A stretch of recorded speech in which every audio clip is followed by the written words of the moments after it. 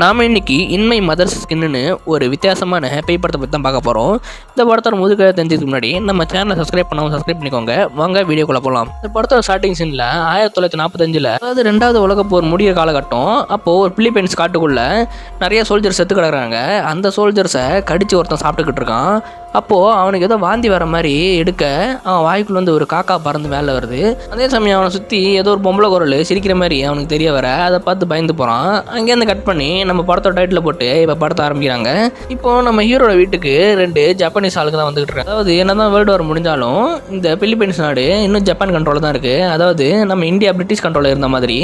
அப்போது இவன் வீட்டுக்கு அந்த 2 ஜப்பானீஸ் வர நம்ம ஹீரோட வீட்டில் அவன் ஒய்ஃபு அவனோட ஒரு பொண்ணு ஒரு பையன் இருக்காங்க.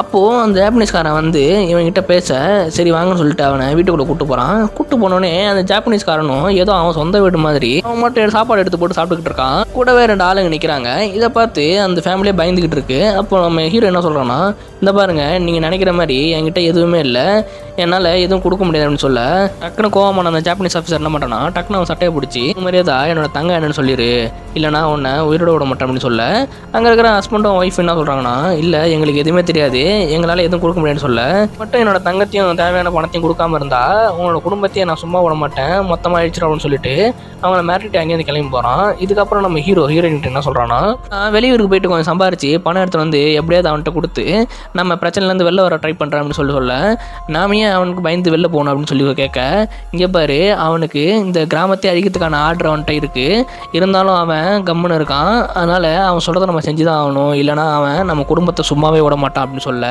அவளுக்கு மனசே இல்லை இவன் இங்கேருந்து போகிறது. அது மட்டும் இல்லாமல் அவன் பசங்களுக்கும் இவன் போகிறது பிடிக்கல, இருந்தாலும் எப்படி அவங்களாம் சமாளித்து நம்ம ஹீரோ அங்கேருந்து கிளம்பி ஊருக்கு போகிறான். அது மட்டும் இல்லாமல் அவங்க ஃபேமிலிகிட்ட என்ன சொல்கிறப்பானா, நீங்கள் எக்காரணத்தை கொண்டும் இந்த வீட்டை விட்டு இந்த இடத்த விட்டு வெளில போகக்கூடாது, இருக்கிறத வச்சு சமாளிங்க, அதுக்குள்ளே நான் பணம் சம்பாரிச்சிட்டு வந்துடுவேன் அப்படின்னு சொல்லிட்டு நம்ம ஹீரோ நைட்டாக கிளம்பி போயிடுறான். இதுதான் கொஞ்ச நாள் போய்கிட்டே இருக்குது. இப்படியே அவங்க வீட்டுக்குள்ளேயே உட்காந்துக்கிட்டு இருக்கிற சாப்பாட்டையே சாப்பிட்டுக்கிட்டு இருக்க, என்னம்மா ஒரே சாப்பாடு அப்படின்னு சொல்லிட்டு அவங்க பொண்ணு கேட்குறா. என்ன பண்ணுறது, அப்பா திரும்பி வர வரைக்கும் நமக்கு இதே சாப்பாடு தான், எப்படியாவது அட்ஜஸ்ட் பண்ணி சாப்பிட்டு சொல்லிட்டு அவங்க சாப்பிட்டுக்கிட்டுறாங்க. இப்படியே கொஞ்ச நாள் போக நம்ம ஹீரோனுக்கு ரொம்பவே உடம்பு சரியில்லாமல் போகுது. அதனால் அவங்க இயேசுவை நோக்கி பிரார்த்தனை பண்ணுறாங்க. பிரார்த்தனை பண்ணிகிட்டே இருக்கும்போது டக்குன்னு ஹீரோயினுக்கு ரொம்பவே இரும்பல் வந்து நெஞ்சு வலிக்க ஆரம்பிக்க துடிச்சு போகிறா. இருக்கிற இவளோட பசங்க எப்படியோ இவளை ஆசுவாசப்படுத்தி கொண்டு போயிட்டு அவளை பெட்டில் படுக்க வைக்கிறாங்க. இப்படி உங்கள் அம்மா கஷ்டப்படுறத பார்த்த அந்த பொண்ணு என்ன பண்ணுறான்னா, அம்மா நம்ம நாளிலேருந்து வெளியே போயிட்டு சாப்பாடு தேடலாம் அப்படின்னு சொல்ல உங்கள் அப்பா வர வரைக்கும் வெளில போகிறான்னு சொல்லிட்டு அந்த அம்மாக்காரி சொல்ல, என்னம்மா அப்பா எப்போ வருவாங்கன்னே தெரியாது, ஒருவேளை அவர் செத்து போயிருந்தால் என்ன பண்ணியிருப்பீங்க அப்படின்னு சொல்லி கேட்க அந்த அம்மாக்காரி ரொம்ப டென்ஷன் ஆகி, நீ மட்டும் இந்த மாதிரி இனிமேட்டு பேசுனீங்கன்னா உன்னை என்ன பண்ணணும்னு எனக்கு தெரியும்னு சொல்லிட்டு அவர் ரொம்ப கோவப்பட்டு இந்த பொண்ணை திட்டி விட்டுறா. அதுக்கப்புறமா அங்கே சீன் கட் பண்ணி அந்த பொண்ணு என்ன யோசிக்கிறான்னா, நம்ம எப்படியாவது வெளில போயிட்டு அம்மாவுக்காக சாப்பிட்றதுக்கு ஏதாவது எடுத்துகிட்டு வரணும்னு சொல்லிட்டு முடிவெடுக்கிறான். அவன் முடிவெடுக்கிற மாதிரியே காலையில அவன் தம்பியை எப்படியே மனசு மாற்றி அவனையும் கூப்பிட்டு அவன் காட்டுக்குள்ளே போக பார்க்குறா. அதுக்கு முன்னாடி அவங்க அப்பா வச்சிருந்த ஒரு கன்னை கையில் எடுத்துட்டு அவனும் அவன் தம்பியும் காட்டுக்குள்ளே போக அந்த காட்டுக்கு நடுவில் ஒரு வீடு இருக்கிறத பார்க்குறாங்க. அதை பார்த்து அந்த அக்காக்காரி என்ன சொல்கிறான்னா, நீ இங்கே இரு நான் உள்ளே போய் பார்த்துட்டு வரேன்னு சொல்லிட்டு அவன் அந்த வீட்டுக்குள்ளே போக அங்கே ஒரு தட்டில் ஒரு சாக்லேட் வச்சுருக்காங்க. அந்த சாக்லேட்டை பார்த்தோன்னே இவ எடுத்து அதை வாயில் போட்டு மண்ணுக்கிட்டு இருக்க. இவ சாப்பிட்டுட்டு இருக்கும்போது இவ சைடில் ஒரு உருவம் போகிற மாதிரி காட்டுறாங்க. அதே சமயம் அந்த அக்காக்காரி சரி என்னென்ன இருக்குன்னு சொல்லிட்டு அந்த வீட்டை ஃபுல்லாக சுற்றி முற்றி பார்க்க அங்கே ஒரு இடத்துல ஒரு லேடி செத்து போய் கிடக்குறா. அவள் உடம்பு ஃபுல்லாக ஒரே பூச்சியாக மொச்சிக்கிட்டு இருக்க. அவள் கையில் ஒரு பழம் கடிச்சிருக்கு, அதை நல்லா நோட் பண்ணிக்கோங்க. அதே சமயம் அதை பார்த்தோன்னே அந்த பொண்ணு பயந்து அவன் தம்பியை கூப்பிட்டுட்டு மறுபடியும் அங்கேருந்து கிளம்பி போக இப்போது அந்த அக்காவும் தம்பிக்காரனும் 2 பேரும் காட்டுக்குள்ளே நடந்து போய்கிட்டு இருக்காங்க. அப்போது அந்த அக்காக்காரிக்கு மட்டும் அவனோட அப்பங்காரன் அங்கேருந்து நடந்து ஏதோ காட்டுக்கு நடுவில் போயிட்டு இருக்க மாதிரி தெரிய அவனை ஃபாலோ பண்ணிக்கிட்டு இவன் தம்பியை கூட கவனிக்காமல் போயிட்டே இருக்கா. ஒரு கட்டத்தில் அவள் திரும்பி பார்க்க அவன் தம்பியை காணும். அதனால் ரொம்பவே ஷாக்காகி அவள் தம்பியை தேட ஆரம்பிக்க அதே சமயம் அங்கே சீனை கட் பண்ணி இப்போது வீட்டை தான் காட்டுறாங்க. அந்த வீட்டில் ஒரு வேலைக்காரி இருப்பா. இந்த பசங்க வீட்டை விட்டு போனதை அந்த ஹீரோயின் கிட்ட சொல்ல இதை பார்த்த ஹீரோயின் ரொம்ப பதட்டமாகி அவள் ரொம்ப ஃபீல் பண்ணி கத்திக்கிட்டு இருக்க. தம்பிக்காரனை தான் காட்டுறாங்க. அவன் எங்கே போகணும்னு தெரியாமல் ஒரு இடத்துல நடந்து போய்கிட்டு இருக்க. அங்கே ஒரு குழி மாதிரி இருக்குது. அங்கே நிறைய பேர் செத்து கிடக்குறாங்க. என்னன்னு பார்த்தா ஜப்பானீஸ்காரனுங்க அந்த ஊரில் இருக்க எல்லாரையும் கொன்று அந்த குழியில் தான் போட்டிருக்கானுங்க. இதை பார்த்து அவன் ரொம்பவே பயந்து போகிறான். அங்கே சீனை கட் பண்ணி இப்போ அந்த அக்காக்காரியை தான் காட்டுறாங்க. அவன் அப்பனை ஃபாலோ பண்ணிட்டே போனான் இல்லையா, நடுவில் தொலைஞ்சிட்டா இல்லையா, அவள் அங்கேருந்து ஒரு இடத்துக்கு நடந்து போய்கிட்டு இருக்க. அங்கே ஒரு வழியில் ஒரு பாழடைஞ்ச சர்ச்சு மாதிரியான ஒரு பில்டிங்கை பார்க்க அதுக்குள்ளே போய் பார்க்குறா. அங்கே நிறைய செருங்கொடியமாக இருக்குது. அது மட்டும் இல்லாமல் ஸ்டார்டிங் சீனில் நிறையா சோல்ஜர்ஸ் செத்து போயிருந்தாங்க இல்லையா, ஒருத்தவங்க ஒன்று சாப்பிட்டுக்கிட்டு இருந்தானே. அந்த சோல்ஜர்ஸ்லாம் அங்கே இருக்கிற செடி கொடியெல்லாம் மாட்டி இருக்கிறது நமக்கு தெரிய வருது. அதே சமயம் இவன் அங்கே இருக்கிறதெல்லாம் சுற்றி முற்றி பார்த்துக்கிட்டு இருக்க. அப்போ இவளுக்கு பின்னாடி ஒரு லேடி வராங்க. அதாவது ஏதோ ஃபேன்சி ட்ரெஸ் காம்படிஷனுக்கு போகிற மாதிரி வித்தியாசமான ட்ரெஸ்ஸை போட்டுட்டு இவன் மட்டும் வந்து நிற்க. அக்காக்காரி இவளை பார்த்து பயந்துக்கிட்டே நீங்கள் யார், எப்படி இங்கே வந்து அப்படின்னு சொல்லி கேட்க. இந்த மாதிரி சுத்தமான இதயம் உள்ளவங்களால் மட்டும்தான் என்னை பார்க்க முடியும், நீ என்ன வேணுமோ என்கிட்ட கேட்கலாம், நான் உனக்கு சொல்கிறேன் அப்படின்னு சொல்ல. அதாவது எங்கள் அப்பா இன்னும் உயிரோடு தான் இருக்காரா, எங்கள் அம்மா உடம்பு சரியாகுமான்னு சொல்லி கேட்க. உங்கள் அப்பா இன்னும் சாகலை, உயிரோடு தான் இருக்கார், அவர் சீக்கிரம் உங்கள் வீட்டுக்கு வந்துடுவார், அது மட்டும் இல்லாமல் உங்கள் அம்மாவோட உடம்பும் சீக்கிரமாக சரியாகும் அப்படின்னு சொல்ல. நீங்கள் எப்படி இதெல்லாம் சொல்கிறீங்க அப்படின்னு சொல்லி கேட்குறா.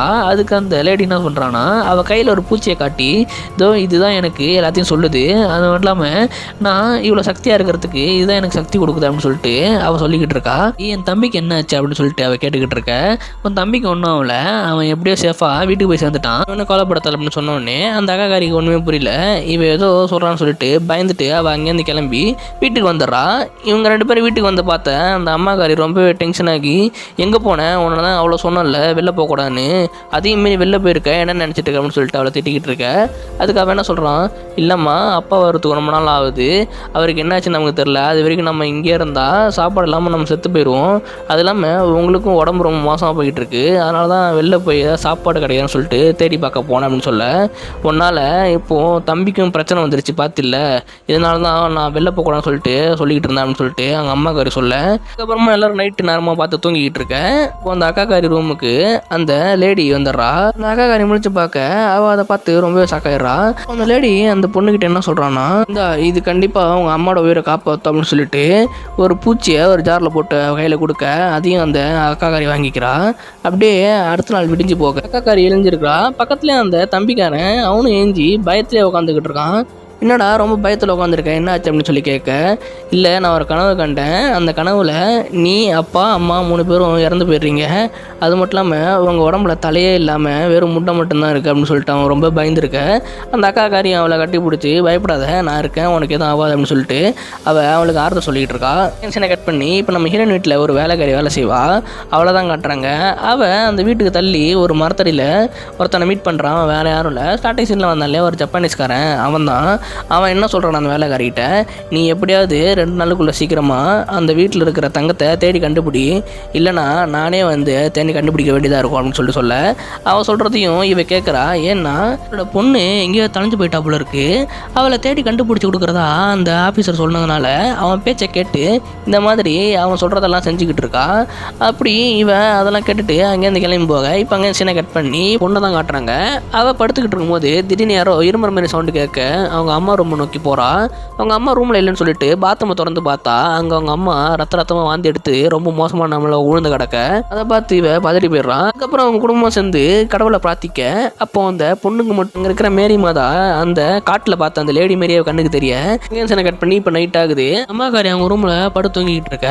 இப்போ அந்த பொண்ணு முழிக்கிறா. அவள் இப்போ என்ன யோசிக்கிறான்னா, நம்ம அம்மாவோட உயிரை காப்பாற்றணும்னா அந்த லேடி சொன்ன மாதிரி அந்த பூச்சி அவங்க அம்மா மேலே உள்ளான்னு சொல்லிட்டு அந்த பாட்டில் இருக்கிற அந்த பூச்சி எடுத்துட்டு அந்த ரூமுக்கு வரா. அப்படியே அவங்க அம்மா தூங்கிட்டு இருக்கிறத பார்த்து அவன் மேலேயே அந்த பூச்சியை விட அந்த பூச்சி அப்படியே அவங்க அம்மாவோட வாய்க்குள்ளே போய் உடம்புக்குள்ளே போனோன்னு அம்மாக்காரி திடீர்னு உடம்புலாம் துடிச்சு ஒரு மாதிரி இந்த பொண்ணை பார்த்து வித்தியாசமாக கத்த. அதை பார்த்து அந்த பொண்ணு ரொம்பவே பயந்து போயிடுறா. அடுத்த நாள் விடியுது. இவங்க 3 பேர் உட்காந்து சாப்பிட்டுக்கிட்டு இருக்கேன். அப்போ அந்த அம்மாக்காரி என்ன சொல்கிறான்னா, நேற்று நைட்டு நீ என்ன பண்ண அப்படின்னு சொல்லி கேட்க. அம்மா நான் காட்டுக்கு போனேன், அப்போது அங்கே ஒரு லேடியை பார்த்தேன், அவங்க ஏஞ்சல் மாதிரி இருந்தாங்க அப்படின்னு சொல்ல. எது ஏஞ்சலா? ஆமாம், நான் சொல்கிறத நீங்கள் நம்ப மாட்டீங்க, இருந்தாலும் நான் சொல்கிறேன், அவங்க தான் அவங்க உடம்பு சரியாகிறதுக்கு காரணம் அப்படின்னு சொல்ல. அம்மாக்காரி ஒன்றும் பெருசாக எடுத்துக்க மாதிரி தெரில. சரி சாப்பிடுங்க, நம்ம அப்புறமா எல்லாத்தையும் பேசிக்கலாம்னு சொல்லிட்டு சாப்பிட்டு முடிக்க. இப்போது அந்த அம்மாக்காரி தான் காட்டுறாங்க. அவள் ரூமில் கண்ணாடி முன்னாடி ஏதோ பண்ணிக்கிட்டு இருக்க மாதிரி காட்டுறாங்க. உடம்பே ஒரு மாதிரி நடுங்கி ஏதோ பண்ணிட்டு இருக்க மாதிரி தெரிய அவரோட பின் கழுத்துல ஏதோ பூச்சி மாதிரி நவுற மாதிரி காட்டுறாங்க. இப்போ அடுத்த நாள் விடுது. இப்போ அந்த குட்டி பையன் ஏதோ சவுண்டிங் சொல்லிட்டு ஏஞ்சி பார்க்க பக்கத்தில் இருந்த அக்காவை காணும். அது மட்டும் இல்லாமல் அதே சமயம் அவன் வீட்டு டோரு யாரோ தட்டுற மாதிரி இருக்க. திடீர்னு அந்த டோரு தானாக திறக்குது. என்னென்னு சொல்லிட்டு அவன் வெளில போயிட்டு பார்க்குறான். அவங்க அம்மா எங்கன்னு சொல்லிட்டு அவங்க அம்மா ரூமில் போய் பார்த்தா அவங்க அம்மாவை காணும். அப்படி அவன் பார்த்துக்கிட்டு இருக்கும்போதே அவன் பின்னாடியே தான் அவங்க அம்மா கீழே படிக்கட்டில் இறங்கி போய்கிட்டு இருக்கா. அதை பார்த்து அந்த குட்டி பையனும் அவளை ஃபாலோ பண்ணிட்டு பின்னாடியே போய்கிட்டு இருக்க. கீழே இறங்கி பார்த்தோன்னே ரொம்ப ஷாக்காயிடுறான். என்னன்னா அவங்க அம்மாக்காரி பூச்சி மாரி உட்காந்துக்கிட்டு அவளோட கை சதையை கடிச்சு சாப்பிட்டுக்கிட்டு இருக்கா. இதை பார்த்து அவன் ரொம்ப பயந்து போய் அங்கேருந்து கிளம்பி வெளில போயிடுறான். அதே சமயம் அந்த வீட்டில் இருக்க வேலைக்காரி எப்படியோ அந்த ஹீரோயினை உடம்பெல்லாம் சரி பண்ணி க்ளீன் பண்ணி அவளை கொண்டு வந்து அவள் பெட்லேயே படுக்க வச்சுட்டு இப்போ அந்த ஆஃபீஸர் சொன்ன மாதிரி அவள் வீட்டில் இருக்கிற தங்கத்தை தேட ஆரம்பிக்கிறா. அவளும் எங்கெங்கே தேடி பார்க்குறா. அவளுக்கு தங்கம் எதுவுமே கிடைக்கவே மாட்டேங்குது. அதே சமயம் அங்கே பெட்டில் படுத்து வந்த ஹீரோயின் என்ன பண்ணுறான்னா திடீர்னு உடம்பே ஒரு மாதிரி வித்தியாசமாக மாறி மேலே துள்ளுது. அதே சமயம் வாயிலேருந்து நாக்கெல்லாம் நீண்டு கீழே வெளில வர அதை பார்த்து அந்த வேலைக்காரி இதுக்கப்புறம் நான் இந்த வீட்டில் வேலை செய்ய மாட்டேன்னு சொல்லிட்டு பயந்துட்டு அந்த ஹீரோயின் இருக்க ரூமை பூட்டிட்டு அது அங்கே இருக்கிற ஒரு பைபிளில் வச்சுட்டு அவள் அங்கேருந்து ஓடி போயிடுறா. பார்த்து அந்த குட்டி பையன் என்ன பண்ணுறான்னா அந்த பைபிள் அந்த சாவி எடுத்து அவன் வச்சுக்கிறான். அதே சமயம் இந்த பக்கம் அந்த அக்காக்காரி எங்கே போனான்னு காட்டுறாங்கன்னா அதே காட்டுக்கு அந்த ஏஞ்சலை தேடி தான் போயிருக்கா.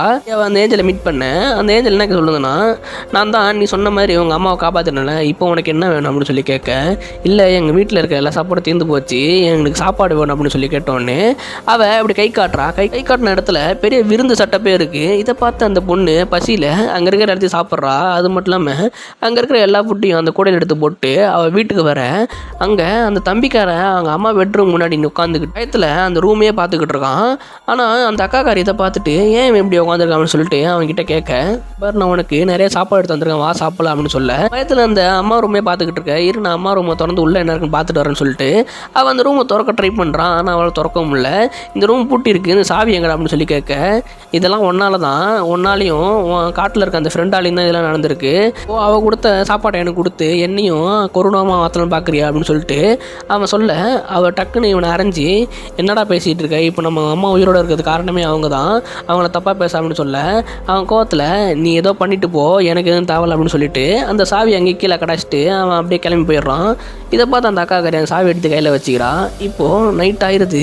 இப்போது அவன் தம்பிக்கிட்ட டே இந்த பழமாக சாப்பிட்டு படுத்துங்கூட அப்படின்னு சொல்ல அவன் எந்த ரியாக்ஷன் கொடுக்காம அப்படியே படுத்துங்கிட்டு இருக்கான். சரின்னு சொல்லிட்டு இவளும் படுத்துங்கிட்டு இருக்க திடீர்னு அம்மாவோட ரூம் கதவு திறக்கிற மாதிரி சவுண்டு கேட்க இதை பார்த்து அந்த பொண்ணு ஏஞ்சிக்கிறா. அதுக்கப்புறமா இவளோட ரூமு திறந்துருக்கு. இப்போது என்னடா ஏதோ சவுண்டு கேட்குன்னு சொல்லிட்டு வெளியில் குனிஞ்சு பார்க்க அவங்க அம்மாக்காரி தான் பேய் மாரி படுத்துருக்கதை பார்த்து இவன் ரொம்ப பயந்து போயிட்டு எதுக்குறா வம்பு அப்படின்னு சொல்லிட்டு அவள் போர்வை போத்துட்டு அப்படியே படுத்துருக்கா. அதுக்கப்புறம் கொஞ்ச நேரம் கழிச்சு என்னடா எந்த சவுண்டும் கேட்கலையே அப்படின்னு சொல்லிட்டு பார்க்க அங்கே யாரும் இல்லை.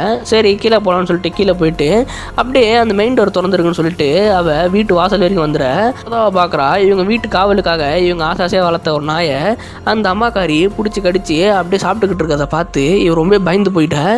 இவளை பார்த்ததை அந்த அம்மாக்காரையும் பார்த்துட்டு இவளை கொள்றதுக்காக விரட்டிகிட்டே வரா. எப்படியோ இவள் கஷ்டப்பட்டு அந்த மெயின் டோரை மூடிட எப்படியோ அவங்க அம்மாக்காரிட்டேருந்து இவள் தப்பிச்சிட்றா. அதே சமயம் இந்த சவுண்ட்லாம் கேட்டு அந்த தம்பிக்காரனு கீழே வந்துட என்னக்கா பிரச்சனை அம்மா எங்க அப்படின்னு சொல்லி கேட்க அதெல்லாம் ஒன்றும் இல்லை அவங்க வெளில தான் இருக்காங்க கதவை திறக்காதரா அப்படின்னு சொல்ல அவன் அதெல்லாம் கேட்காம டக்குனு கதவை திறந்துடுறான். அப்போ அவங்க அம்மாக்காரி அந்த வாசல்லையே மயக்கம் போட்டு வந்துருக்கான். சரின்னு சொல்லிட்டு இந்த ரெண்டு பசங்களும் அவங்க அம்மா கூப்பிட்டு வந்து பெட்டில் படுக்க போட ஆக்சுவலாக அவள் மயக்கம் போட்டு வந்துருப்பா இல்லையா பக்கத்துலேயே ஒரு காக்கா இருந்திருக்கும் நம்ம ஸ்டார்டிங் சீனில் பார்த்த மாதிரி. உங்க அம்மாக்காரி அவங்க மேலே பெட்ரூம் கூப்பிட்டு போக அம்மாக்காரிக்கு லைட்டாக மயக்கம் தெளிஞ்சு உங்க அப்பா வந்துட்டார் அப்படின்னு சொல்லி கேட்க இல்லைம்மா இன்னும் வரல அப்படின்னு சொன்னோடனே இதெல்லாம் நடந்து தெரிஞ்ச அந்த அம்மாக்காரி என்ன பண்ணுறான்னா என்ன நீங்கள் ரூமில் போட்டு பூட்டிருங்க உங்களுக்கு எந்த பிரச்சனையும் வராது அப்படின்னு சொல்லிட்டு சொல்ல சரின்னு சொல்லிட்டு இவங்களும் அவங்க அம்மா ரூமில் போட்டு பூட்டிட்டு வெளியே உட்காந்துருக்காங்க. அப்படியே விடிய அந்த ரூம் முன்னாடியே லைட்டு வச்சுட்டு உட்காந்துக்கிட்டு இருக்க இவங்க உட்காந்துருக்கும் போது அந்த நைட்டு ஃபுல்லாக அந்த ரூமில் அவங்க அம்மா கத்துற சவுண்டு அலற சவுண்டாக கேட்டு இவங்க பயந்து போயிருக்காங்க. அப்படியே அடுத்த நாள் விடிஞ்சிருது. ஆக்சுவலாக நேற்று நைட்டு ஸ்கெட்சு எனக்கு தெரிஞ்சு இவங்களுக்கு தான் போட்டிருக்கான்னு நினைக்கிறேன் அந்த அம்மாக்காரி. அதுக்கு பதிலாக இவங்களை சாவடிக்காமல் அந்த நாயை சாவடித்து சாப்பிட்ருக்கா. இப்படி தான் இவனுக்கு எஸ்கேப் ஆயிருக்காங்க நான் நினைக்கிறேன். அதே சமயம் அங்கே வெளில இப்போ மயக்க மட்டும் ஊந்த இடத்துல பக்கத்துலேயே ஒரு காக்கா இருந்தது இல்லையா அந்த காக்காவை அந்த ஏஞ்சல்ன்றவ எடுத்து வாயில் போட்டு மின்னுக்கிட்டு இருக்கா கடிச்சு. இப்போ அடுத்த நாள் விடிஞ்சிருது. அந்த குட்டி பையன் செத்து போன அந்த நாயை வெளில போச்சிட்டு இருக்க காக்காரி இன்னும் அவங்க அம்மாவோட ரூமுக்கு வெளில தான் உட்காந்துக்கிட்டு இருக்கா. அந்த இடத்துக்கு அந்த ஏஞ்சல் வந்துட அந்த பொண்ணை பார்த்து என்ன அப்படின்னு சொல்லி கேட்டுக்கிட்டு அந்த பொண்ணு இவங்களை பார்த்து இப்போ ரொம்ப பயப்பட ஆரம்பிச்சிட்டா. நீங்கள் குணமாக்குறேன்னு சொல்லி தானே எங்கள் அம்மாவிட்ட இந்த பூச்சியை விட சொன்னீங்க. இப்போ எங்கள் அம்மா ரொம்ப மோசமாகிட்டு இருக்காங்க எப்படியாவது எங்கள் அம்மாவை குணப்படுத்துக்க அப்படின்னு சொல்ல அதெல்லாம் என்னால் முடியாது நீ என்ன கேட்டியோ அதை தான் நான் கொடுத்தேன் அப்படின்னு சொல்ல நீங்கள் இதுக்கப்புறம் என்னை பார்க்க தேவையில்ல இங்கேருந்து கிளம்பி போங்க அப்படின்னு சொல்லிட்டு அவள் கத்த நான் இப்போ போகிறேன் எப்படியும் என்னோடய உதவி உனக்கு தேவைப்படும் உனக்கு என்னை எங்கே பக்கம் நல்லா தெரியும் அங்கே வந்துடு அப்படின்னு சொல்லிட்டு அந்த ஏஞ்சல் அங்கேருந்து கிளம்பி போயிடுது. இப்போ அங்கேருந்து கட் பண்ணி அந்த வீட்டு வேலைக்காரி தான் காட்டுறாங்க. அவள் தான் அந்த வீட்டை விட்டு கிளம்பி போயிட்டா இல்லையா சில அவள் அந்த வீட்டை விட்டு கிளம்பி போயிருக்க மாட்டா. சில அவள் அந்த வீட்டுக்கு கீழே இருக்கிற ஸ்டோர் ரூமில் தான் ஒழிஞ்சிக்கிட்டு இருக்கா. இதை பார்த்த அந்த மிலிட்டரிக்காரன் என்ன பண்ணுறான்னா அவளை பிடிச்சி மிரட்டிக்கிட்டு இருக்க. இந்த விஷயத்த அங்கே இருக்கிற அந்த குட்டி பொண்ணு பார்த்துட்டு இதை பார்த்த அந்த மிலிட்டரிக்காரன் இந்த பொண்ணை துப்பாக்கியில் வச்சு மிரட்டிக்கிட்டு இருக்கான். ஒழுங்காக சொல்லு, உங்கள் வீட்டில் இருக்க அந்த தங்கம்லாம் எங்கே இருக்கு அப்படின்னு சொல்லி கேட்டுக்கிட்டு இருக்க. அவள் எனக்கு தெரியாது அப்படின்னு சொல்லிக்கிட்டு இருக்கா. அப்பாவுக்கு என்ன ஆச்சு அப்படின்னு சொல்லிட்டு அந்த பொண்ணு கேட்க, உன் அப்பா செத்துட்டான், அது மட்டும் இல்லாமல் இந்த ஊரில் எல்லாரையும் சாவடிச்சாச்சு அப்படின்னு சொன்னோடனே இதை கேட்டேன் அந்த பொண்ணுக்காரி ரொம்ப ஷாக்காக. அதே சமயம் அந்த குட்டி பையன் அவங்க அப்பாவோட துப்பாக்கி கொண்டு வந்தது இல்லையா, அதை எடுத்துட்டு இவன் முன்னாடி வந்து நிற்க. அதை பார்த்து அந்த மிலிட்டரிக்காரன் கொஞ்சம் கூட பயப்படாம எங்கே சுடுறா அப்படின்னு சொல்லிட்டு அவன் கிட்ட போய்கிட்டே இருக்கான். இடத்துல இவன் துப்பாக்கி வச்சு அந்த குட்டி பையனையும் சுட்டுடு. அந்த குட்டி பையன் இப்போ உயிருக்கு போராடிக்கிட்டு இருக்கான். அப்போது அந்த அக்காக்காரியை மறுபடியும் மிரட்டி அந்த தங்கம் எங்கே இருக்குன்னு சொல்லலாம், ஒன்றையும் கொண்டுரும் அப்படின்னு சொன்ன உடனே அவன் என்ன பண்ணுறான்னா அந்த ரூமில் தான் இருக்குன்னு சொல்லிட்டு அவங்க அம்மா ரூமை காட்டி அந்த சாவியை தூக்கி கடைசுறா. அவனை அசால்ட்டாக அந்த சாவி வாங்கிட்டு உள்ளே என்ன இருக்குன்னே தெரியாமல் அவன் மட்டும் கிளம்பி மேலே மாடிக்கு போகிறான் ரூமுக்கு. அதே சமயம் அந்த தம்பிக்காரன் உயிருக்கு போராடிக்கிட்டு இருக்கதை பார்த்துட்டு இருந்த அக்காக்காரி வேலைக்காரிக்கிட்ட எப்படியே என் தம்பியை காப்பாற்றுங்க அப்படின்னு சொல்லி கேட்க, அதுக்கு அந்த வேலைக்காரி என்ன சொல்கிறான்னா, இல்லைம்மா என்னால் முடியாது, உன்னோட தம்பியை மட்டும் நான் காப்பாற்றினா அவன் வந்து என்ன கொண்டுரும் அப்படின்னு சொல்ல. அதே அந்த சமயம் அந்த வேலைக்காரியும் அவங்க அம்மா ரூமுக்கு போக இப்போது அந்த பொண்ணு என்ன யோசிக்கிறான்னா, அதுக்கப்புறம் என்ன ஆனாலும் பரவாயில்ல, அவங்க 2 பேரும் கொன்னே ஆகணும் அப்படின்னு சொல்லிட்டு அவள் கண்ணை எடுத்துகிட்டு அவங்க அம்மா ரூமுக்கு போக, அதே சமயம் அவங்க அம்மா ரூம் வெளியில் அந்த வேலைக்காரி குத்துயிரும் கொலையுரமாக வெளில வந்து விழுகிறா. போய் நம்ம அந்த அக்காக்காரி பார்க்க அவள் அந்த இடத்துல செத்து போக, சரி அந்த மிலிட்டரிக்காரனுக்கு என்ன ஆச்சுன்னு சொல்லிட்டு அப்படியே ரூமுக்குள்ளே போக பாத்ரூமில் சவுண்டு கேட்குன்னு பாத்ரூம் எட்டி பார்த்தா அந்த அம்மாக்காரி அந்த மிலிட்டரிக்காரனை போட்டு கடிச்சு சாப்பிட்டுக்கிட்டு இருக்கா. இதை பார்த்து பயந்து போன அந்த அக்காக்காரி என்ன பண்ணுறான்னா வேகமாக கீழே வந்து அந்த தம்பிக்காரனை கூப்பிட்டு அங்கேருந்து வீட்டை விட்டு வெளில வந்துடுறா. தம்பி அப்படியே கைத்தாங்கலாம் கூப்பிட்டு வந்துக்கிட்டு இருக்க. அவன் ஒரு கட்டத்தில் மயக்கம் முட்டி வந்துட. அதே சமயம் அந்த அம்மாக்காரியை தான் காட்டுறாங்க. அவள் இப்போது வாந்தி எடுக்கிற மாதிரி காட்டுறாங்க. ஆனால் அவன் வாயிலேருந்து ஒரு காக்கா வந்து விழுது. அதுக்கப்புறமா இந்த அக்காக்காரி என்ன பண்ணுறான்னா, சரி நம்ம அந்த காட்டுக்கு போயிட்டு மறுபடியும் அந்த ஏஞ்சலை பார்க்கலாம்னு சொல்லிட்டு வேக வேகமாக அந்த காட்டுக்கு ஓட இவன் அந்த பழைய பில்டிங் போயிட்டு தேடி பார்க்குறா. அந்த ஏஞ்சல் எங்கேயும் காணோம். கத்தி கத்தி கூப்பிட்டு பார்க்குறா. அதுக்கப்புறமா அந்த ஏஞ்சல் வர அந்த ஏஞ்சல்கிட்ட எப்படியாவது என்னோட தம்பியை காப்பாற்று அப்படின்னு சொல்லி கேட்க, இப்போ கூட ஒன்றும் பிரச்சனை இல்லை, உன் தம்பியோட உயிரை காப்பாற்றலாம், அதுக்கு பதிலாக நீ இந்த பழத்தை சாப்பிட்ணுன்னு சொன்னோடனே பார்த்து அந்த அக்காக்காரி என்ன பண்ணுறான்னா, இல்லை இதுக்கப்புறம் நான் உன் பேச்சை நம்ப மாட்டேன், நீ ஏதாவது பண்ணிடு அப்படின்னு சொல்லிட்டு அவள் அங்கேருந்து கிளம்பி ஓடி போக இப்போ அந்த ஏஞ்சலை காட்டுறாங்க. மூஞ்சி ஒரு சாத்தான் மாதிரி மாறுது. ஆக்சுவலாக அவள் ஏஞ்சலே கிடையாது, ஒரு சாத்தான் போல இருக்கு. அப்புறம் அந்த அக்காக்காரி அங்கேருந்து ஓடி வீட்டுக்கிட்ட வந்துட்ட. வெளில கிடந்த அவன் தம்பிக்காரனை காணோம், எங்கடா போனான்னு சொல்லிட்டு அவளும் வந்து வீட்டுக்குள்ளே போய் பார்க்குறா. மாடி மேலே அவங்க அம்மா ரூம் போய் பார்க்கலாம்னு சொல்லிட்டு அவள் மேலே வேற அவங்க ரூமுக்கு வெளியே அந்த தம்பிக்காரனோட தலை மட்டும் துண்டாக கிடக்கிறத பார்த்து அவள் ஷாக்கில் உறைஞ்சி போய் நிற்கிறா. அவளுக்கு என்ன பண்ணுறதுன்னு தெரில. அதே சமயம் அந்த சூனியக்காரியும் அங்கேயே வந்துட. அதை பார்த்து அந்த அக்காக்காரி எழுந்து நிற்க, அதே சமயம் அந்த அம்மாக்காரியும் பேய் மாதிரி வந்து இவளை துரத்த இவ பயத்தில் ஓடி போயிட்டு ஒரு ரூமில் கதை சாத்திட்டு ஒழிஞ்சிக்கிறா. ஒழிஞ்சிக்கிட்டு கண்ணை மூடி எழுதுக்கிட்டு இருக்க. அந்த இடத்துக்கும் அந்த சூனியக்காரி வந்துட. அந்த சூனியக்காரி அந்த அக்காக்காரிட்டு என்ன கேட்குறான்னா, இப்போ உனக்கு என்ன வேணும்னு சொல்லி என்ன கேட்டாலும் நான் தரேன்னு சொன்னோடனே அந்த அக்காக்காரியும் எல்லா விஷயமும் முடிஞ்சிடணும் அப்படின்னு சொல்லி கேட்க, நிமிஷமே அந்த வீட்டில் இருக்க எல்லா பூச்சியும் அந்த வீட்டை விட்டு போக, அதே சமயம் அந்த அம்மாக்காரி உடம்புல இருந்த அந்த பூச்சியும் அவளோட உடம்பை கிழிச்சிக்கிட்டு வெளில போயிடுது. அப்போது அந்த பொண்ணு வந்து அவங்க அம்மாவை பார்க்க அவங்க அம்மா இறந்து போய் கிடக்குறா. அதை பார்த்து அவள் ரொம்ப ஃபீல் பண்ணிக்கிட்டு இருக்கேன். இப்போ தான் படத்தில் ஒரு தரமான ட்விஸ்ட் காட்டுறாங்க. அதாவது அந்த அப்பங்காரன் இன்னும் இறந்தே போல அந்த வீட்டுக்கு ஜீப்பில் வந்துக்கிட்டு இருக்கான். எப்படி அவன் இறக்காமல் இருக்கான்னா, அவன் சொன்ன மாதிரி அந்த ஊரில் இருக்க எல்லாரையும் கொண்டிருப்பாங்க, ஆனால் இவன் மட்டும் எப்படியே தப்பிச்சு அதனால் மறைமுகமாக வாழ்ந்து இப்போது அவன் வீட்டுக்கு வந்திருக்கான். கூடவே ஒரு கிழவனும் அவன் கூட வந்திருக்க. அவன் உள்ளே போய் பார்க்குறான். பார்த்தா பையனோட தலை துண்டாக இருக்குது. அதே சமயம் அவனோட பொண்டாட்டி இறந்து போனதை பார்த்து ரொம்ப ஃபீல் பண்ணி அழுதுகிட்டு இருக்க. கூட வந்து அந்த கிழவன் என்ன பண்ணுறான்னா, இவன் வீட்டில் இந்த தங்கத்தை கரெக்டாக எடுத்துடுறான். எடுத்துட்டு இதுக்கப்புறம் இவன் எதுக்குன்னு சொல்லிட்டு அந்த அப்பங்காரனையும் கண்ணால் அந்த வேலைக்காரன் போட்டு தள்ளிட்டு அங்கேருந்து கிளம்பி போயிட. இது எல்லாத்தையும் அந்த பொண்ணுக்காரி பார்த்துட்டு தான் இருந்திருக்கா, ஒன்றுமே பண்ணல. சமயம் மூஞ்சில் எந்த ரியாக்ஷனும் இல்லை. ஏன்னா அவளுக்கு அவங்க அப்பா இங்கேருந்து போனனால தான் இவ்வளோ நடந்துன்னு சொல்லிட்டு அவங்க அப்பா மேலே ஒரு கோவம்னு நினைக்கிறேன். அதனால தான் அவங்க அப்பா சாவறது கூட அவள் ஓரமாக நின்று வேடிக்கை பார்த்துட்டு வந்திருக்கா. அதே சமயம் அங்கே இருக்கிற கடவுளை போயிட்டு வேண்டிக்கிட்டு இருக்க.